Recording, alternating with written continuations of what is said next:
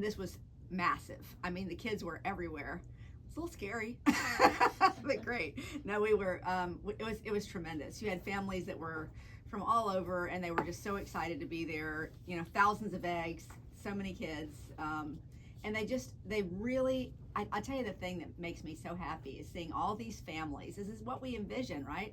All these families coming down together to enjoy the riverfront, and they're just so grateful for the area. I mean, it's the park is beautiful, the events are beautiful, and our parks people just do a great job programming all that. So it was so fun. We were out there yesterday, and there were a handful of families taking pictures against the backdrop of the Main Street Bridge and enjoying a nice Sunday after whatever they were doing, whether it was church services or not. What's next with that park and that plaza and the activation of that space? Well, there'll be a little cafe that will open there, and of course we'll continue on with the phase 2 of Riverfront Plaza, which will be coming next year, and then all down the river. I mean, all these parks are now, I would say mostly drafted, designed, and we're just waiting for the cadence of all the building to begin. Last week was the week you celebrated, or maybe 2 weeks ago now, the new Jaguars headquarters, Yes. And that is coming along as well as the Four Seasons there. But that's a significant milestone achievement just in terms of who's going to be attracted there, including the YMCA. Well, it really is, and I believe Foley and Lardner is the firm that actually decided to move in there as well. A big law firm moved into the building the same day that we opened it, which is another just fantastic. I don't know. I think it's a shot in the arm for downtown. You know, every now and then you'll hear about somebody moving out, but lots of people are moving in, especially to the new amenities like that. And it's a beautiful facility. If you haven't been down there to look at it, it's a beautiful facility. And that YMCA is going to be a great addition too, that people can use right there next to the Four Seasons. I mean, it is. You can start to envision what it's going to be like when you have all the parks open, and then after that, the designing of the entertainment district that will come just after that. Mosh right down the river. I mean, it's so exciting. The Downtown Investment Authority is said to be considering, or reported to be considering, a plan finally for the old Duval County Courthouse site. What do you know about that plan so far? I saw it involved a culinary institute. Yeah, there's only so much I can say about that so far, but I will simply say that it's a grand vision, but one that we're very, very excited about. I think that hopefully all of that goes as planned.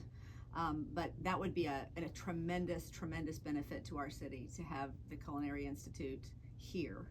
And of course, we need the amenities. So I've just seen the design. I don't know much about the proposal in terms of what they're asking for yet. I suspect it's going to be a big ask in terms of what they would like to have from the city. But look, I do think that in terms of downtown, especially on the North Bank, that's one of those marquee areas where you look at what is the return on investment for that.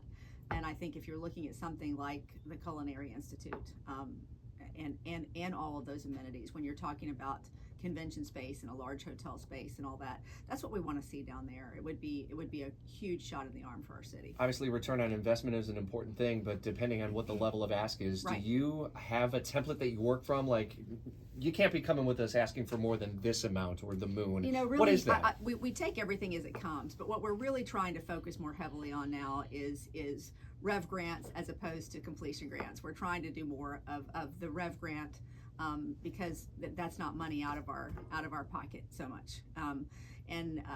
You know, obviously a lot of these groups are still coming with an ask for a completion grant, so we take them one by one. We look at the return on investment for each one. But I know in terms of, working with the council on these things, I know there are a lot of council folks who would like to get away from the completion grants, and I would too, as we continue to build. You know, we have some areas of town that I think are probably at a point where we really don't need those anymore at all. Brooklyn has really started to take off big time. You saw that area of apartments is completely booked now, and there's a lot going on there. But you look at the North Bank, and that may be an area that still needs a little bit of help. South Bank's doing very well. So I think it's about getting to that synergistic point where we can just turn the ignition and go, and we don't have to worry about that anymore. But you're seeing it all happen downtown right now. You mentioned, or we were talking about development. You've named, I think in the last couple of weeks, 4 members to the East Side Redevelopment Group or District, and what's their role, and why did you ultimately arrive at them representing the mayor's office? Well, what was really, really important to me was I wanted people who lived and worked in the East Side. Out East is one of those neighborhoods that has such incredible history. People have to know it. They have to know it in the daytime. They have to know it in the evening. They have to know the neighbors. And I think there are all sorts of opportunities for everyone who has interest over there to still have feedback into this committee. But at the end of the day, we chose people that we felt were very invested and had lived in Out East for a long time, or people who had done business there for a long time. What will be their role and their goals as you see them ultimately as part of the overall stadium agreement? Well, their role will really be, with much feedback from the community, it'll be an open process, but their role will be to take those elements of workforce development, homelessness initiatives, affordable housing, and make sure that we are doing the right things with those dollars. I think people are very concerned about gentrification, and I understand that. And I think this board will be very sensitive to those concerns. When do we start to see the dollars deployed from the stadium deal? Should be very soon. This has to stand up first. The process has to go through, through its steps in terms of getting this board stood up and ready to go. But the dollars are there and ready to deploy just as soon as they are. You were in Orlando last week for the celebration of Camping World Stadium being the home of the Jaguars' home games for one season 2027, and you had a message for the people of Orlando, I heard. So it's so funny. Of all the things I said that day, this was the only thing that was picked up on the media, and I thought it was so funny. It was obviously a little tongue in cheek, and we were joking around a little bit, but not also. We don't plan to lose that Duval state of mind when people go to Orange County, and so when we got there in the morning, we had heard that there was all sorts of talk about people saying, should we ditch the Duval and do something like an orange or something? I said, that's just not a thing. We cannot have that. So I just got up and made a joke about it. But I think people know I'm pretty Duval, so I don't apologize for that. No, I don't see why not. Do you hear? I mean, you're a season ticket holder, and I don't know about your friends or people who in the circles where you run in, season ticket holders. Are they committed to going to those games, or is this likely to be a Central Florida season maybe where we see a lot of new faces and butts in the seats? Listen, I think a lot of people will make that trip, but I also see this as a wonderful opportunity for us to grow the fan base. I mean, that's a great thing. It's a great thing to have a partner like the city of Orlando. Mayor Dyer has always been a good partner. They're excited about working with us, so I think it's a great opportunity for us to grow the fan base. I was teasing with Mayor Demings, who was there also from Orange County, that he was talking about how he was bragging about all the bed taxes they take in. I said, perhaps you would share some of that with us here in Duval. You could send some people up to Jacksonville once we come back to the stadium in 28, grow that fan base, and send some more people up here to buy tickets and stay in our hotels. He didn't have much to say about that one, but it's always a good thing, to make sure that we have more fans everywhere, and obviously Orlando has got the big sporting events down. They've done that for a while, so I think it'll be a great home for the Jaguars for that one season, and I'm glad it's not more than one. Just that one season. Yeah. We saw all of those teal seats. I don't know if you got your hands on one over at the recycling plant. What is happening with some of the iconic things that are being torn down at the stadium? Because we see it every week when we drive by. Yeah, I heard there was going to be some sort of an auction of some of those things, okay. And I heard there would be some seats that might be available, but I was surprised to see so many of them were just taken out and disposed of. I guess they felt like there wasn't a safe way to deploy them in any other way, which is sort of unfortunate because I know a lot of people would like to have them. But that's what I understand. There will be some sort of an auction at some point where some of those things can be acquired. How often do you get an update on both the timeline and also the cost of the stadium construction? Well, listen, I'm not in any way concerned about either one of those things, to be honest, right now, because I shouldn't say I'm not concerned. You always want things to stay on budget, but but I want to remind people that the city of Jacksonville, in terms of their tax dollars, are not responsible for any of those cost overruns. Those will all be taken up by the Jaguars. So while I certainly want them to stay on budget and would like for it all to stay on budget, I suspect there will be some budget overruns, and I think they knew that going in. In terms of the timing, there isn't any question as to whether it will be done, because we have to start the season in 2028, and that's part of the contract. So it will get done. However fast it has to get done, it will get done. Gas prices this morning, $4.20 a gallon in Jacksonville. Gas Buddies analyst is saying we anticipate another jolt this week. Affordability kind of is coming into play with a lot of things. We heard from farmers in St. Johns County last week on the cost of fertilizer and the like.